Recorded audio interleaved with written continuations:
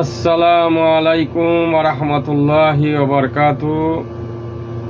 ইন্নাল হামদালিল্লাহ নাহমাদুহু ওয়া নাস্তাঈনুহু ওয়া নাস্তাগফিরুহু ওয়া নু'মিনু বিহি ওয়া নাতাওয়াক্কালু আলাইহি ওয়া নাউযু বিল্লাহি মিন শুরুরি আনফুসিনা ওয়া মিন সাইয়্যাতি আমালিনা।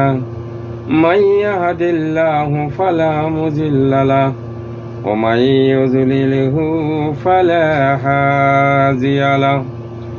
أشهد أن لا إله إلا الله وحده لا شريك له وأشهد أن محمدا عبده ورسوله.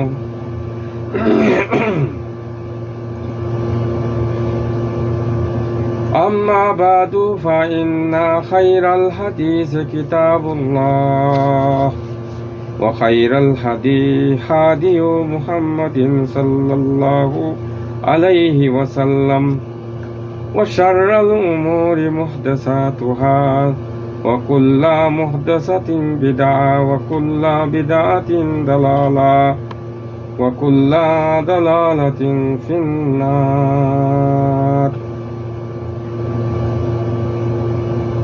যাবতীয় প্রশংসা, যাবতীয় তারিফ বিশ্বজাহানের প্রতিপালক মহান আল্লাহ রাব্বুল আলামিনের জন্য শত সহস্র কোটি সালাত এবং সালাম পেশ করছি প্রিয় নবী মুহাম্মদ মুস্তাফা সাল্লাল্লাহু আলাইহি ওয়াসাল্লামের প্রতি, যার প্রদর্শিত পথ এবং মত অবলম্বন করে সত্যকে সত্য বলে জানার, মিথ্যাকে মিথ্যা বলে জানার তৌফিক পেয়েছি। আল্লাহুম্মা সাল্লি আলাইহি আল্লাহুম্মা বারিক আলাইহি। আজকে যে বিষয়টি আলোচনা করব, ইমাম নববী রাহিমাহুল্লাহর 40 হাদিসের 40 নম্বর হাদিসটি বর্ণনা করেছেন ইবনে উমর রাদিয়াল্লাহু তাআলা আনহুমা। ক্বালা আখাযা রাসূলুল্লাহ সাল্লাল্লাহু আলাইহি ওয়াসাল্লাম বিমানাকিবিয়া ওয়া ক্বালা, তিনি বলেন, ইবনে উমর রাদিয়াল্লাহু তাআলা আনহু বলেন, আমি রাসূল সাল্লাল্লাহু আলাইহি ওয়াসাল্লাম আমার কাঁধে হাত দিয়ে বললেন, কুন ফিদ দুনিয়া কাআন্নাকা গারিবুন, দুনিয়ায় এমনভাবে তুমি বসবাস করো যেন তুমি একজন অপরিচিত মানুষ। একজন অপরিচিত মানুষ যদি এক জায়গায় থাকে, কেউ তাকে চেনে না, জানে না, এমনভাবে তুমি জীবনযাপন করো, চলো। আবার এর অর্থ এও নয় যে একেবারে দুনিয়া বিমুখ হয়ে বসে থাকবেন। ওটা আল্লাহ রাসূল সাল্লাম এটাই বলছেন যে তুমি এমনভাবে বসবাস করো যেন তুমি অপরিচিত একজন মানুষ, কিন্তু সব কিছুই করবে,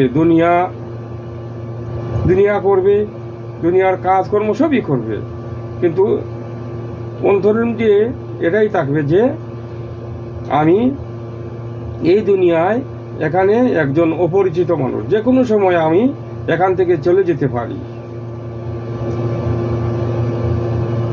এই জন্য বলা হয়েছে যে তুমি এমনভাবে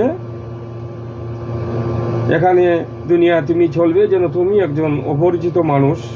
অপরিচিত মানুষ যেরকম এই জায়গায়, একটি নতুন জায়গায় এসে কোনো কিছু ভালো করে বুঝে না, জানে না, এরকম নিয়ে চলতে হবে, কিন্তু দুনিয়ায় রাজত্ব করবে আল্লাহর শত্রুরা, আল্লাহর দুশমনেরা, আর আমরা বসে বসে দেখবো। এর অর্থ এ নয়, এটা বোঝানো হচ্ছে যে দুনিয়ারে তুমি এত বড় করে দেখবে না, কারণ দুনিয়া যে কোনো সময় আমার সময় এখানে শেষ হয়ে যেতে পারে। তারপরে বলছেন আও আবিরুস সাবিল, অর্থাৎ তুমি একজন পথচারী পথ দিয়ে যখন চলে একজন মুসাফির যখন পথ দিয়ে চলে, তার উদ্দেশ্য তাকে কি তার গন্তব্যস্থানে পৌঁছা। একটি রাস্তা পার হয়ে ওই পার থেকে ওই সে পারে চলে যাওয়া, এতটুক তার উদ্দেশ্য, তার সময়। কেউ বসে থাকে না রাস্তার মধ্যে, কারণ দুনিয়াকে তুমি এমনভাবে তুমি চলো যেন তুমি একজন মুসাফির, একজন পথিক। কিন্তু এই দুনিয়ায় সব কিছুই করবে একজন মুমিন, একজন মুসলিম। দুনিয়ায় তার যাবতীয় সব কিছু করবে, কিন্তু সেই দুনিয়াকে আঁকড়ে ধরবে না। এটাই বোঝানো হচ্ছে যে তুমি একজন পথিক, একজন মুসাফিরের মতো চলো। মুসাফিরের যেরকম তার গন্তব্যস্থানে পৌঁছার জন্যই সে তার উদ্দেশ্য। তারপরে বলতেছেন, ওয়াকানা ইবনে উমর রাদিয়াল্লাহু তাআলা আনহুমা ইয়াকুলু, তিনি বলতেন, ইজা আমসাইতা ফালা তানতাজিরু সাবা, যখন সন্ধ্যা হয়ে যায় তখন তুমি আর সকালের অপেক্ষা করো না। সন্ধ্যা হয়ে গেছে, তুমি আর তোমার যে জরুরি কাজ, তোমার যে জরুরি জিনিস, তুমি আল্লাহর ইবাদত করবে, তুমি আল্লাহর হুকুম মেনে চলবে। এটা মনে করো না যে আগামী সকাল থেকে আমি করব। এখন যে মাগরিব, এই মাগরিবেই তুমি তোমার সব কিছু সেরে ফেলো, কারণ সকাল যে আবার হবে, সকাল আসতেও না পারে। সকাল আসার আগে এই দুনিয়া থেকে তুমি বিদায়ও নিতে পারো। সেজন্য বলছেন যে তুমি মাগরিবের ওক্ত হলে এই আশা করো না যে আমি সকালে এই কাজ করব, কারণ সকাল তোমার নাও আসতে পারে। কারণ হচ্ছে কি, যেহেতু আমাদের মৃত্যু আমাদের জানি না কোন সময় কার এসে যায়, এই জন্য এটা তাগিদ দেওয়া হচ্ছে যে তুমি যে কোনো অবস্থায় তোমার এই তুমি উদ্দেশ্য রাখবে যে আমি যা কিছু করার আমার এই সময় থাকতেই করে ফেলবো, সকালের আশা করব না। তারপরে বলছেন, ওয়াইজা আসবাহাতা ফালা তানতাজিরু মা সা, যখন সকাল হয়ে যায় তুমি আবার মনে করো না যে আমি সন্ধ্যাবেলা এই কাজ করব। যখন সকাল হয়ে গেছে, সকালেই তোমার কাম তুমি সেরে ফেলো। তুমি এই আশা করো না যে আমি এই কাজটা এখন না করে আমি সন্ধ্যাবেলা করব, কারণ সন্ধ্যা তোমার নাও হতে পারে। কত মানুষ এরকম দেখেছি, হঠাৎ করে মরণ এসে যায়। তো মরণ যদি এসে যায় তাহলে তো আমার আর সময়ই হলো না ভালো কাজ করার, আল্লাহর ইবাদত করার। তাই বলছেন যে তুমি সকাল হয়ে গেছে আর তুমি মাগরিবের ওক্তের আশা করো না যে আমি মাগরিবের ওক্তে কাজ করব। ওয়াখযু মিন সিহাতিকা লি মারাদিকা, তোমার সুস্থতা থাকতে অসুস্থতার অনুভব করো। অর্থাৎ তুমি সুস্থ অবস্থায় যে কাজগুলি করতে পারবে, অসুস্থ হয়ে গেলে তুমি সেটা করতে পারবে না। তাই তুমি সুস্থ থাকতে তোমার আল্লাহর যত হুকুম হাকাম আছে সব কিছু তুমি মেনে চলো, কারণ অসুস্থ হয়ে গেলে আর তুমি ওই কাজগুলি করতে পারবে না। কত মানুষ আছে যারা হসপিটালে গেলে দেখা যায় হসপিটালের বেডের মধ্যে পড়ে আছে বছরের পর বছর, মাসের পর মাস, ইচ্ছা করলেও তখন আর সে ভালো কাজ করতে পারে না এবং এ সুযোগও নাই। তাই বলছেন যে তুমি তোমার সুস্থ থাকে কাজে লাগাও অসুস্থ হওয়ার আগে। কালকে তুমি সুস্থ নাও থাকতে পারো। তাই সুস্থতাকে কাজে লাগাও। এরপরে বলা হচ্ছে ওমিন হায়াতিকা লিমাউতিক, আর তোমার এই হায়াত মানে তোমার জীবন থাকতে তোমার মরণের যে অনুভব, তোমার মরণকে তুমি স্মরণ করো যে আমার তো মরণ আসবে যে কোনো সময়। তাই জীবন থাকতে তুমি ভালো কাজ তুমি করে ফেলো, কারণ মরার পর তোমার আর কোনো ভালো কাজ কেউ করার সুযোগ থাকে না। সেজন্য বলা হচ্ছে যে তুমি তোমার জীবন থাকতে, হায়াত থাকতে তুমি তোমার ভালো কাজ করো। সময় থাকতে, সময় শেষ হয়ে গেলে, মরণ যখন নিকটবর্তী আসবে, তখন কিন্তু মানুষ অনেক আল্লাহর কাছে ফরিয়াদ করবে ভালো কাজ করার জন্য। তাই বলছেন যে তুমি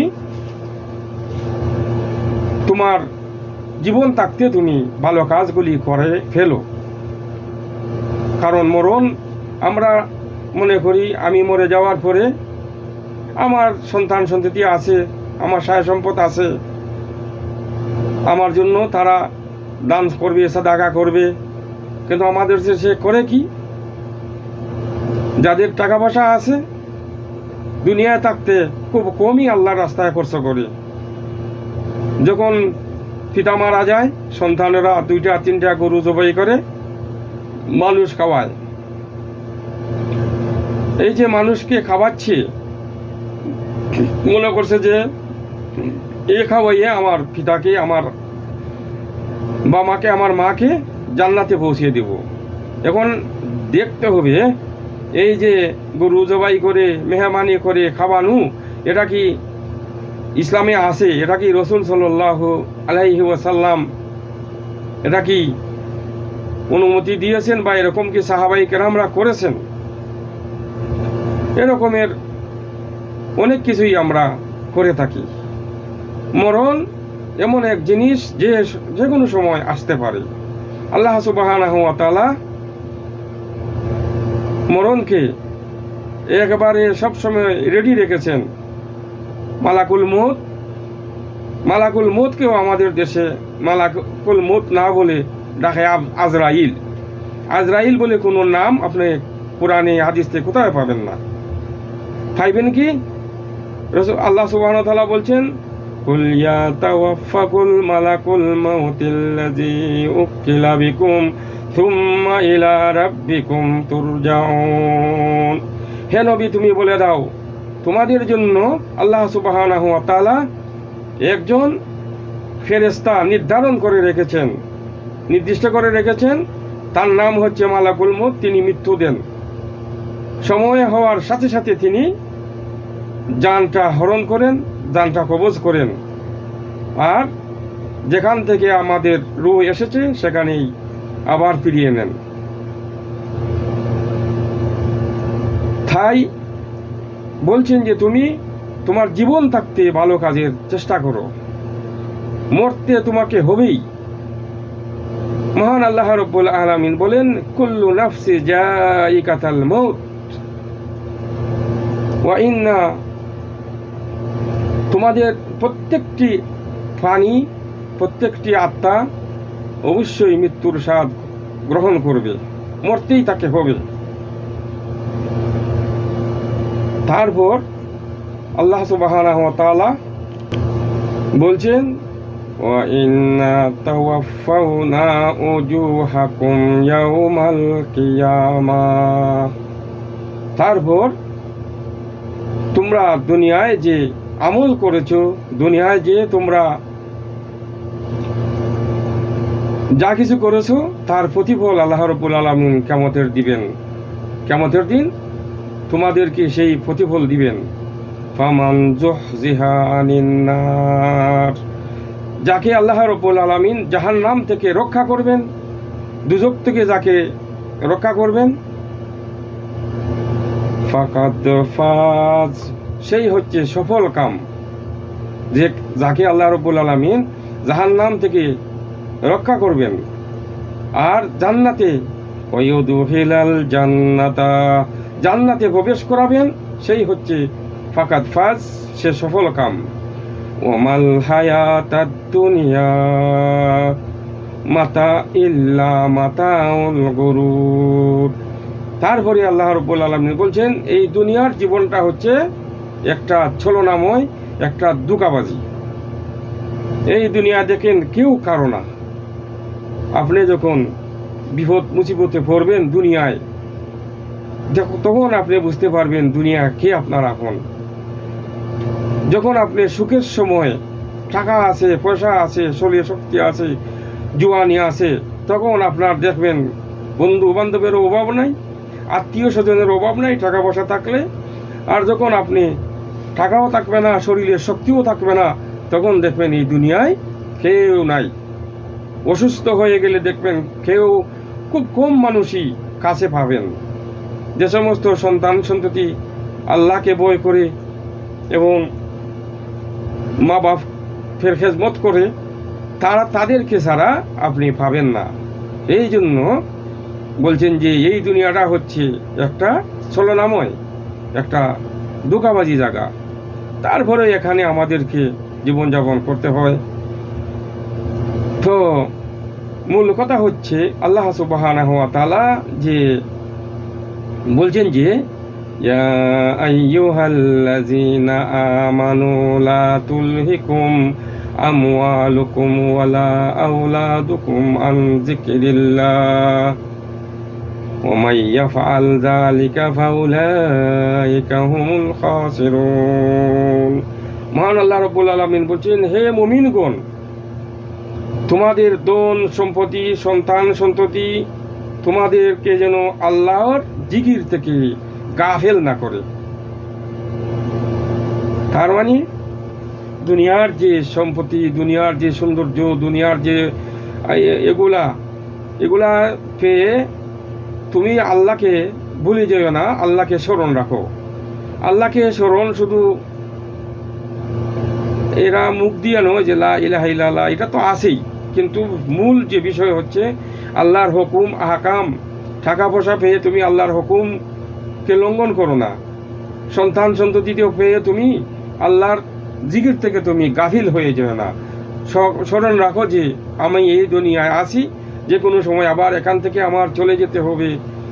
সেই জন্য আল্লাহর স্মরণ রাখতে হবে, আল্লাহকে ইয়াদ করতে হবে। আল্লাহ যে আইন দিয়েছেন, আল্লাহ যে বিধান দিয়েছেন, সেই বিধান মেনে চলতে হবে। যারা দুনিয়ায় সামান্য শক্তি পায়, সামান্য ক্ষমতা পায়, দেখেন কি করে তারা চাঁদাবাজি করে, গাড়ি ভেঙে ফেলে। একজন মানুষ একটা গাড়ি কিনতে হলে সে তার কত কিছু যে করতে হয়, কিস্তি তুলতে হয়, জমি বিক্রি করতে হয়, স্ত্রীর সোনা বিক্রি করতে হয়, গয়না বিক্রি করতে হয়, তারপরে একটা গাড়ি, একটা সিএনজি, একটা জিনিস সে কিনে। আর ওই চাঁদাবাজ সেই গাড়িটা একটা বাড়ি মেরেই গাড়ির আয়নাটা ভেঙে দেয়, গাড়িটা ভেঙে দেয়, গাড়িতে আগুন দিয়ে দেয়। তো এই ব্যক্তি যদি জানতো, এই হাদিসটা যদি পড়তো, তাহলে সে কি এরকম কাজ করতো না। সে জানতো যে কোনো সময় আমি মরে যেতে পারি, প্রত্যেকটা জিনিসের আমার আল্লাহর কাছে হিসাব দিতে হবে। আমি একজনের গাড়ি কিভাবে ভাঙি, কিভাবে আমি দর্শন করি, কিভাবে আমি অন্যের উপরে জুলুম করি। এরা যদি অন্তত এই বিশ্বাস করতো যে অবশ্যই আমার আল্লাহর দরবারে এগুলো আর হিসাব দিতে হবে, তারা এই দুনিয়ার মিথ্যা মায়ায়, এই দুনিয়ার দুকায় পড়েছে। যেটা আল্লাহ বলেছেন যে এই দুনিয়া হচ্ছে একটা ছলনাময় জায়গা। তুমি মানুষের কাছে চাঁদা নিয়ে, অন্যায়ভাবে ঘুষ নিয়ে, টাকা পয়সা নিয়ে তুমি যাদেরকে খাওয়াচ্ছ, একদিন তারা তোমাকে ভুলে যাবে, তারা তোমাকে দূরে সরিয়ে দিবে।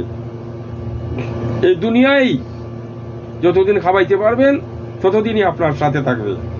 আর প্রত্যেকটা টাকার প্রত্যেকটা হিসাব আল্লাহর কাছে অবশ্যই দিতে হবে। তাই বলছি, যারা চাঁদাবাজি করছো, অন্যের উপরে জুলুম করছো, একটু চিন্তা করো, মালাকুল মউত যে কোনো সময় আসতে পারে। আসলে এই অবস্থায় যদি আপনাকে মৃত্যু দেয়, এই অবস্থায় যদি তুমি আল্লাহর দরবারে উঠো যে তুমি চাঁদাবাজি করছো, অন্যের হক নষ্ট করেছো, তাহলে কি জবাব দিবে আল্লাহর কাছে? তো মানুষ আফসোস করবে, মানুষ আল্লাহর কাছে ফরিয়াদ করবে যে হে আল্লাহ, এই দুনিয়া তো কিছু করতে পারলাম না, আমারে একটু সময় দাও। কি জন্য? সে বলবে যে মূর্ছ অবস্থায় মানুষ যখন মৃত্যুবরণ করবে, এই অবস্থায় আল্লাহ সুবহানাহু ওয়া তাআলা বলছেন, এই দুনিয়ার জীবন থাকতেই তুমি কি করো? ওয়ানফিকু মিম্মা রাযাকনাকুম মিন ক্বাবলি আইয়াতিয়া আহাদাকুমুল মাউত ফায়াকুলু রাব্বি লাউলা আখারতানি ইলা আজালিন কারীব ফাআসাদ্দাকা ওয়া আকুম মিনাস সালিহিন। আল্লাহ রাব্বুল আলামিন বলছেন, আর আমি তোমাদেরকে যে রিজিক দিয়েছি, টাকা পয়সা দিয়েছি, তা থেকে তোমরা আল্লাহর রাস্তায় খরচ করো, সাদাকা করো, দান খয়রাত করো। দান খয়রাত করো তোমার জীবন থাকতে, জীবিত থাকতে। মরে গেলে তোমার এগুলা নিয়ে, তোমার টাকা পয়সা এগুলা যারা ওয়ারিস তারা এগুলা নিয়ে যাবে, তোমার জন্য তারা কিছুই করবে না। তাই তোমার জীবন দশা, তুমি জীবিত থাকতে তুমি দান করো। কিন্তু ওই মৃত্যু শয্যায় যে ব্যক্তি মূর্ছ অবস্থায়, সে তখন দেখবে সব কিছু, কীভাবে মালাকুল মউত আসতেছেন, কীভাবে সব কিছু তার, সে এখনই মারা যাবে, তার একটা অনুভব হয়ে যাবে। তখন সে বলবে, রব্বি আখারতানি ইলা আজালিন কারীব। মউত যখন তার হেরে নিকটে, তখন সে বলবে, হে আল্লাহ, তুমি আমারে একটু সময় দাও। এখন আমি কি করব?